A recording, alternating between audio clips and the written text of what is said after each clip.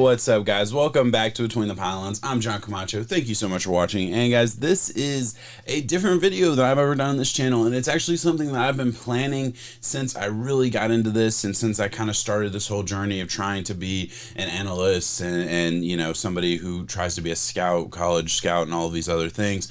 I wanted to be true to myself. I wanted to always own my misses, and I always wanted to, you know, go back and look at my past takes and say, hey, why was I wrong? Where did I miss? And I wanted to do it publicly, not just internally and you know, for me, I wanted to do it, you know, so everyone can see. So that's why I'm making this video. And if you read the title, you know this is about Clyde Edwards-Helaire. We're going to get into all of that. I was very high on Clyde Edwards-Helaire coming into the 2020 draft. I loved the fact that he was drafted the first round by the Chiefs. I thought it was a great pick, and I was on the bandwagon, damn near driving the bandwagon of all the hype that was coming in with the fantasy season and Clyde Edwards-Helaire pretty much going in the first round in a lot of, you know, drafts and all those other things. I was excited. I believed in it, and to an extent I still do, but I certainly think I was wrong and missed on certain aspects of my pre-draft analysis. That's what we're going to be talking about today. Let's get into it right now. CEH took over the starting job for the Kansas City Chiefs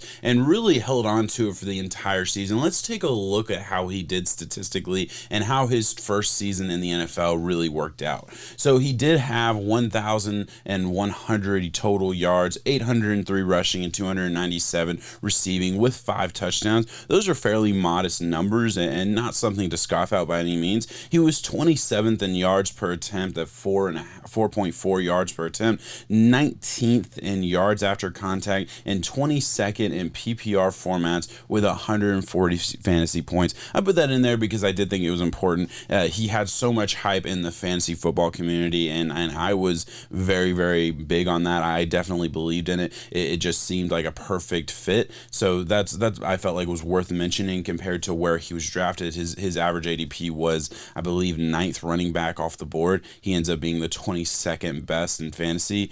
Certainly a disappointment for most fantasy owners.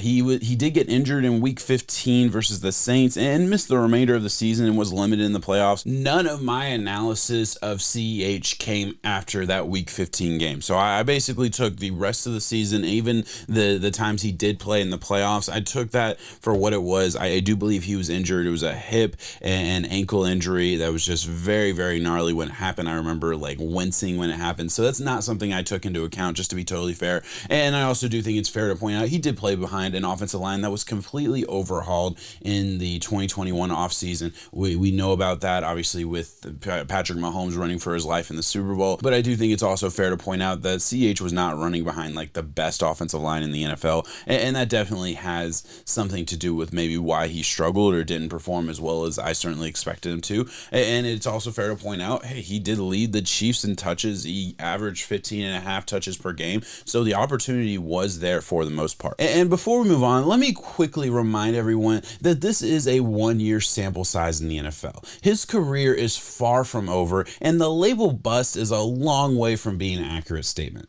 This video is an introspection on what I overlooked and what I learned after going back and assessing the player. I had a higher grade on CEH than most. We are going to look at why he was graded so highly and where my expectations probably should have been. This is not an indignation on CEH or the Chiefs by any means. Among running backs with 50 or more rushing attempts, he was tied for 11th in successful play percentage, according to Sharp Football Stats. So he was a fine player. He didn't hit the expectation that I think a lot of people put on him because of the system, because of the offense he was going into.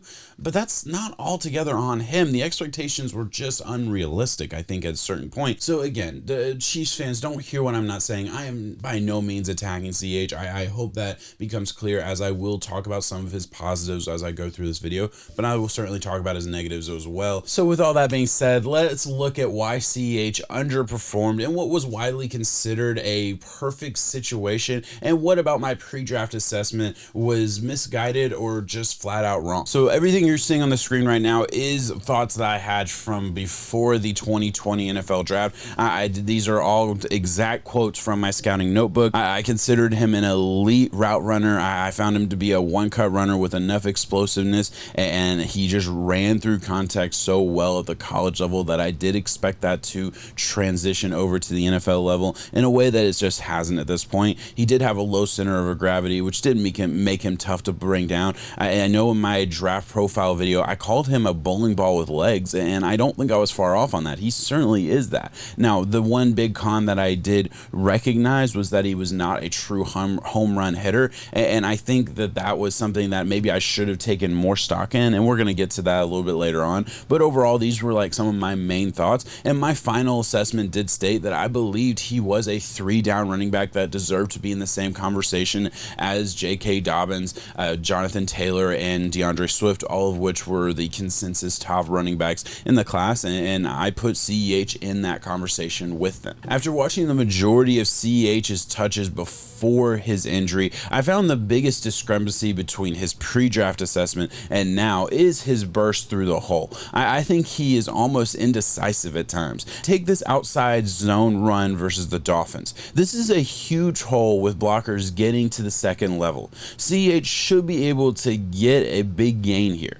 Holes close quickly in the NFL, and this little bit of indecisiveness right here, this little bit of chopping his feet, not even chopping his feet, but not just exploding through the hole, closes the hole up, and he gets a modest gain and what I would consider a missed opportunity. I think guys like Jonathan Taylor, J.K. Dobbins, DeAndre Swift, they probably get more yards than what he got on this play. And again, this is something that he can work on and he can get better with, but it's certainly something that I found to be a huge issue. And I think that is corroborated by this graphic from Sharp Football Analysis that breaks down his successful runs between the tackles, right? And you see that the outside runs on either side of the right tackle and left tackle were negative plays. Now, if he ran off the right tackle, it was a positive play, but if he ran off the left tackle, it was very, very bad. Now, a lot of this does have to do with the offensive line. The offensive line is a huge, huge part of this graphic, but I do think it speaks to the fact that he just didn't have enough get up and go,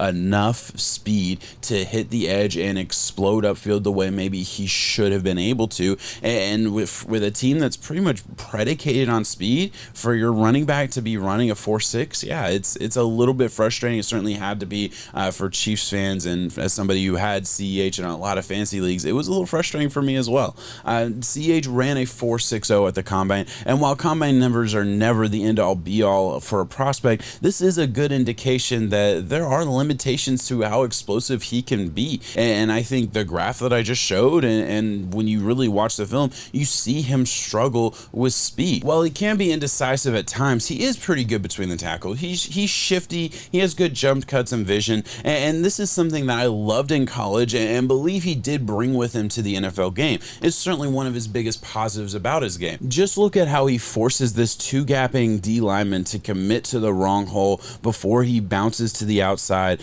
Plays like this can easily be found in CEH's game. The problem is, in this very same play, when he does bounce to the open hole, the defensive end running around the play essentially is able to catch up to him and bring him down. The explosiveness out of cuts is really the issue with CEH's game. He doesn't have the ability to go from 0 to 60 and shoot upfield. That is the ultimate thing that I think I missed when watching him in college. The biggest thing that I think I missed in my pre-draft assessment was really taking into account his explosiveness out of cuts. He is very explosive. He has great jump cuts. He has good agility.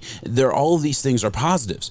But the explosiveness out of a cut is probably more important than any of that, because once you make a move, once you break a tackle, once you do all these things that a good running back can do and that CEH can do, you need to make the most of it by gaining extra yards. If you do all of that cool stuff and don't go anywhere afterwards, it doesn't really amount to anything at the end of the day. You did some cool stuff, you may have broken a guy's ankles, but you didn't gain any extra yards, so what was the point? And in college, this aspect of his game, I think, was masked by players not capable of recovering the way most NFL defenders can. At 4.60, there are defensive linemen in the NFL that can run faster than CEH can. So what have I learned after going back and watching all of his snaps from the 2020 season before his injury? I will say, first of all, like, just to give myself a little bit of props, I don't think I was like flat out wrong on any specific aspect. I think I misjudged certain things, and I think I really whiffed on one particular skill set of his, or at least he hasn't shown it so far in the NFL consistently. And the one big thing I missed on was his ability to be explosive through the hole. I mentioned it in my scouting report as a positive thing that I liked about him, and his explosiveness through the hole in the NFL level has just not been impressive. It has not hit to the level of like satisfaction that I had in that pre-draft process. Now, I wonder what's causing that. Was I just flat out wrong? I misjudged his explosiveness overall, which, yeah, I probably did, to be totally fair. Or is he maybe not hitting that second gear that I think he does have? I do think he has that gear. Take this play versus the Raiders, this outside run. Disregard the defensive line, jumping inside and basically creating the perfect possible play call for CEH. But you could see once he hits the open field, he does pick up a little bit of speed. He does kick it into second gear.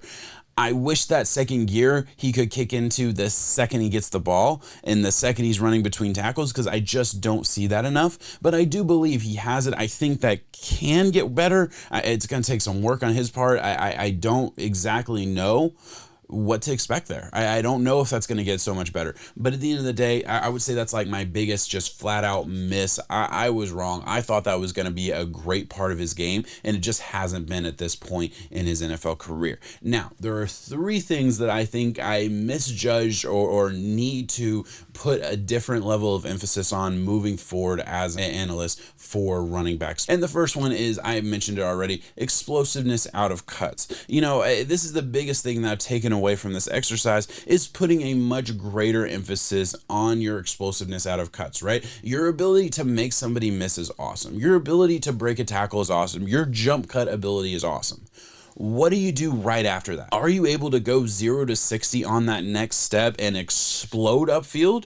Or are you kind of stuck in quicksand for a second there, trying to pick back up speed after you've had to take all this energy to make that move, make that, agility move or whatever it is? Does your stamina bar go all the way to 0 and you have to wait a second for it to build back up? Or is that stamina bar all the way at 100 no matter what he's doing on the field? That's something I'm going to look at moving forward. That's something I'm going to put a greater emphasis on. And on my skill charts, that if you've watched my draft profiles, you know I do a skill chart for every single player. That's going to be one of the skills that I add for the running back. I usually just kind of jumbled that into agility and didn't pay a close enough attention on that aspect of a running back's game. I did for wide receivers, but for whatever reason, I wasn't paying as close attention as I probably should have been for running backs. That is going to change. That is probably the number one thing that I think I learned from this. It certainly is, actually. Now, there are two other things, though. My next thing was to not overvalue breaking tackles for smaller running backs, right? And this is a lesson that I've learned for the last time, all right? I have missed on a handful of running backs lately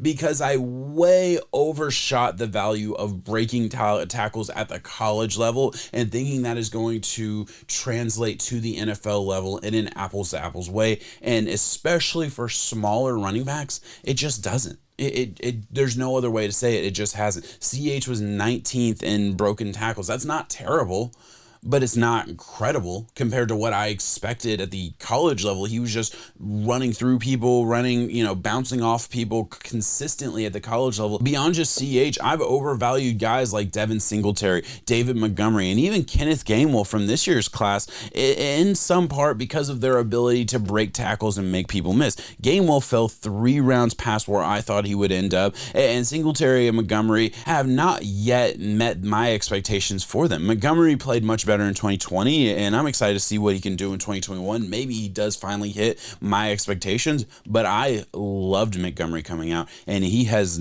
fallen flat of my lofty expectations for him in the NFL. Devin Singletary, a guy I liked, didn't love, and he's been less than what I would have expected at this point. Although, like, I'm not gonna sit here and say I was like, the biggest Devin Singletary stan or anything like that. It wasn't to that level, but certainly surprising that to see him kind of struggle as much as he has in the NFL so far. So yeah, I've learned my lesson. All these guys are 5'10" and smaller. David Montgomery is 5'10", which is NFL average for running back, so that's fine. But Devin Singletary 5'7", Gainwell I think 5'8", and obviously CEH was a lot smaller as well. So all of those guys, their ability to break tackles at the college level, I need to stop expecting that to translate in an apples to apples way, as I said, and I will not anymore. So for future, I'm going to keep that in mind for sure. And the last thing that has kind of been reinforced for me after going back and watching is to value speed more. And this is a somewhat nuanced critique, because I do value speed in a running back. I just have always valued the quickness and the ability to create 5 to 15 yards far more than I valued that home run hitting ability, because in the NFL, like, there's just not a lot of opportunity to get that home run hitting shot because everybody's so fast, everybody's so good. It's tough to do that. The 5 to 15 yard range is really where running backs make their living. If you're clipping out 10 to 12 yard runs at a time, you don't need to hit the home run. It doesn't matter. But, at the end of the day, that long speed, that 4.6 should have been an indication to me, and it certainly was for other people. This is a me time. I'm just talking about my deficiencies.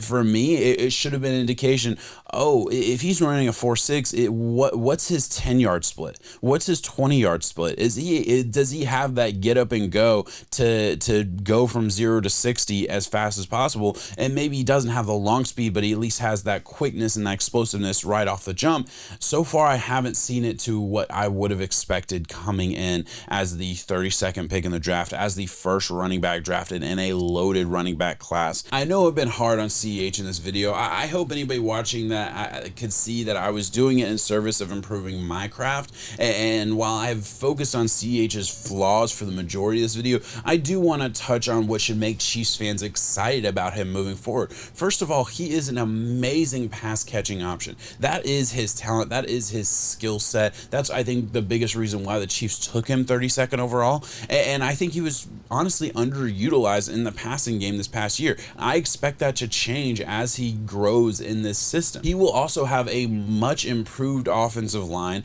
and the hindrance that a COVID season had on his progress early on, and the injury at the end of the season that really derailed what looked like to be a very strong finish from the young running back, I think are two things that are not talked about enough when we talk about CEH and we talk about his production year one. Those are all fair points, and all of those things have a chance to get a lot better. The offensive line is going to be much improved. I do believe he'll be more utilized in the passing game. I do believe he'll improve in certain aspects of his game that I mentioned as negatives so far on this channel. Clyde Edwards-Hilaire's story is far from written. I still have faith he will be a valuable asset to the Chiefs for years to come and a competent fantasy option. Now, will he ever hit the lofty expectations that were hoisted on him in his rookie year? Maybe not. I don't know. That remains to be seen, but nothing is in stone yet other than a fairly competent rookie season that maybe ended in a way that he wouldn't have liked, but could certainly be a jumping off point for an amazing NFL career. All right, guys, that's all I have on CEH. I hope you guys enjoyed this video. Please let me know in the comments. Is this content that anybody cares about? Because this is me kind of reflecting on my own draft grades. I know I'm still a smaller channel, and maybe, you know, as this channel grows, something like this will be more appreciated. I really don't know what to expect with this. I really don't. I hope that Chiefs fans watching this to see the CEH take appreciated some of the nuance that I brought into this. I hope that people that, you know, watch my channel and really appreciate my draft profiles appreciate me, you know, taking a step back and being brutally honest with myself on my misses and what I could do better with. Let me know in the comments. I really appreciate the feedback and kind of, you know, the direction for how I should let this channel grow. It's going to stay draft based. It's going to stay NFL and college based in a lot of ways, but, you know, the type of content that I put out in this off season area, hey, that has a lot to do with the feedback that I get from you guys.